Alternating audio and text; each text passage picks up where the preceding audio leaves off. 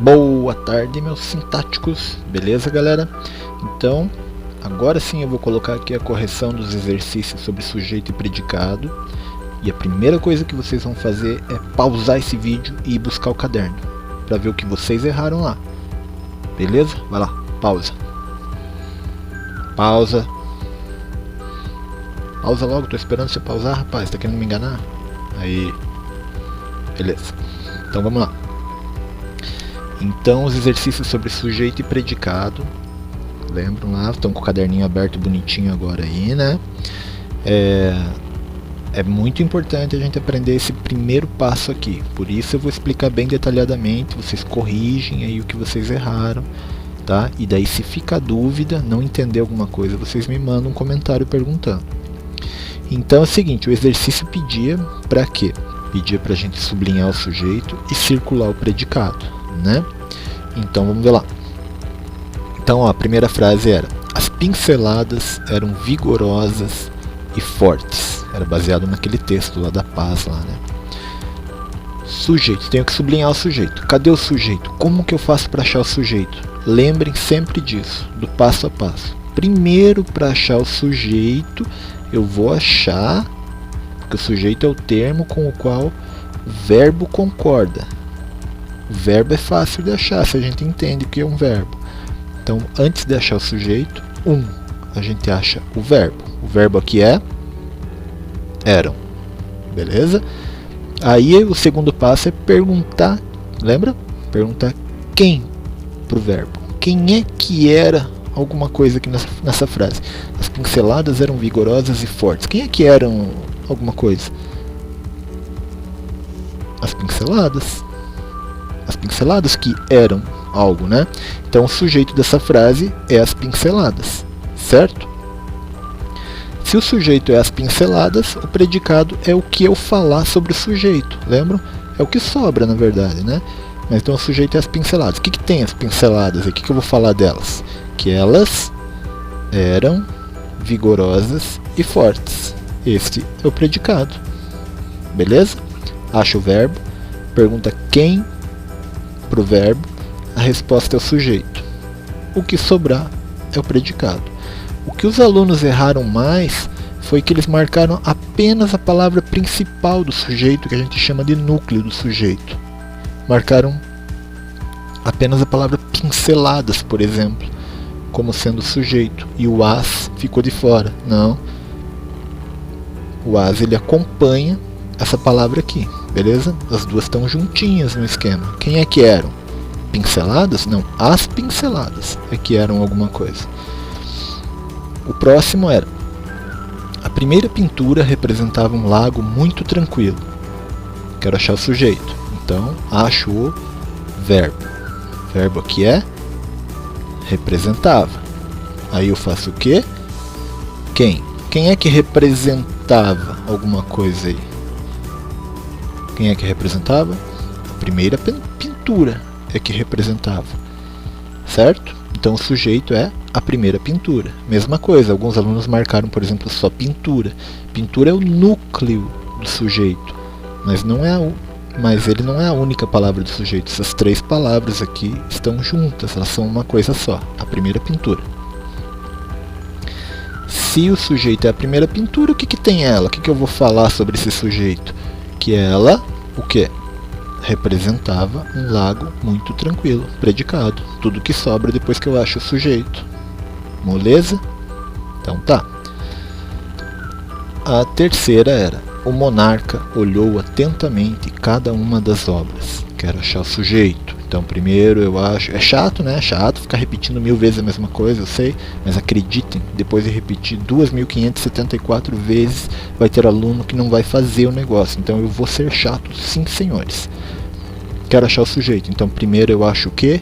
O verbo, que é olhou. Aí eu pergunto: quem? Quem que olhou? Quem que olhou? O monarca. Então o sujeito da oração aqui é o monarca, né? Então já perceberam que entre verbo e sujeito existe uma intimidade muito grande. Eles são um casalzinho inseparável, né? Inseparável assim no sentido de que um acompanha o outro. Até pode ter um negócio no meio aqui entre eles, mas eles acompanham, Por exemplo, o verbo está no singular, terceira pessoa do singular, porque o sujeito é a terceira pessoa do singular. Eles têm uma relação muito íntima ali. É um casalzinho harmônico. Então beleza, se o sujeito aqui é o monarca, o que eu vou falar dele?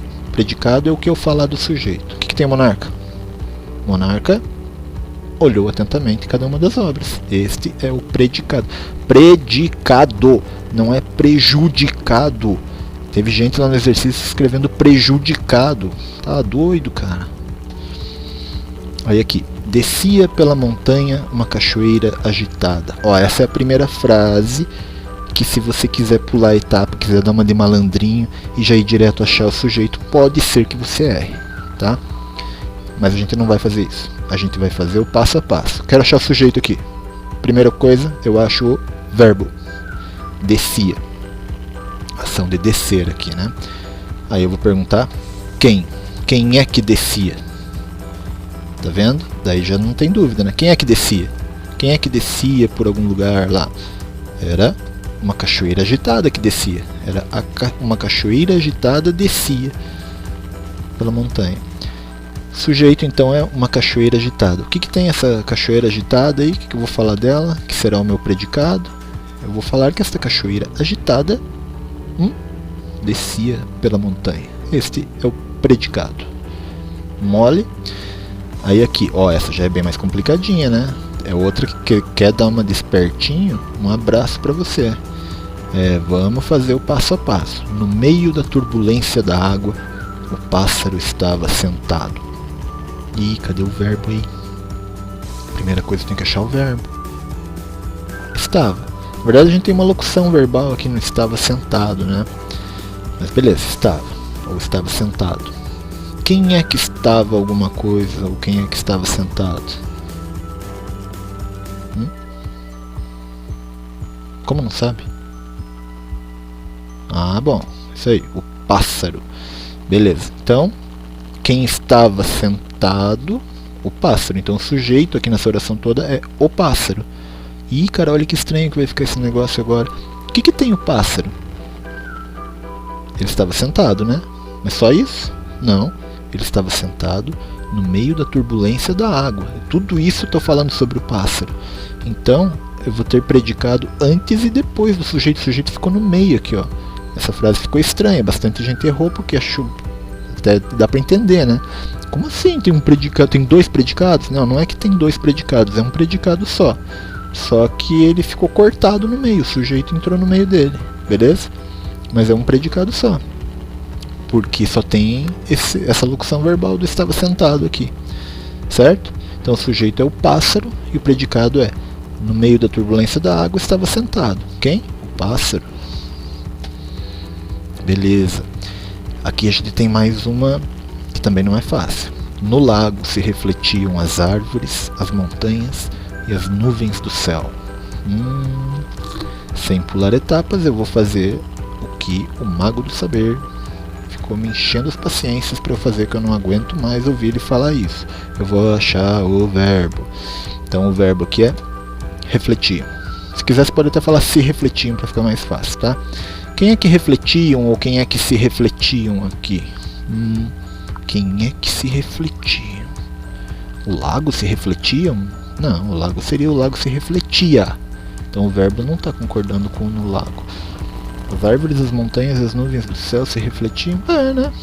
Então quem é que se refletiam? As árvores, as montanhas e as nuvens do céu. Elas que se refletiam. Beleza? Então esse é o sujeito. As árvores, as montanhas e as nuvens do céu. Tudo isso. Todas essas palavras. 1, 2, 3, 4, 5, 6, 7, 8, 9 palavras para formar esse único sujeito aqui, tá? Ele é um sujeito composto, ele tem 3 núcleos, que são árvores, montanhas, nuvens. Tem 3 palavras principais aqui, mas é um sujeito só. O que tem as árvores, as montanhas e as nuvens do céu? O que eu vou falar delas? Que elas no lago se refletiam, ou que elas se refletiam no lago. Esse é o predicado. Então, é isso aí, galera. Vídeo curtinho. Se ficar dúvida ainda, me perguntem agora, tá? Agora é para ter resolvido tudo. E vou deixar uns exercíciozinhos para ver se vocês entenderam bem. Grande abraço. Até logo.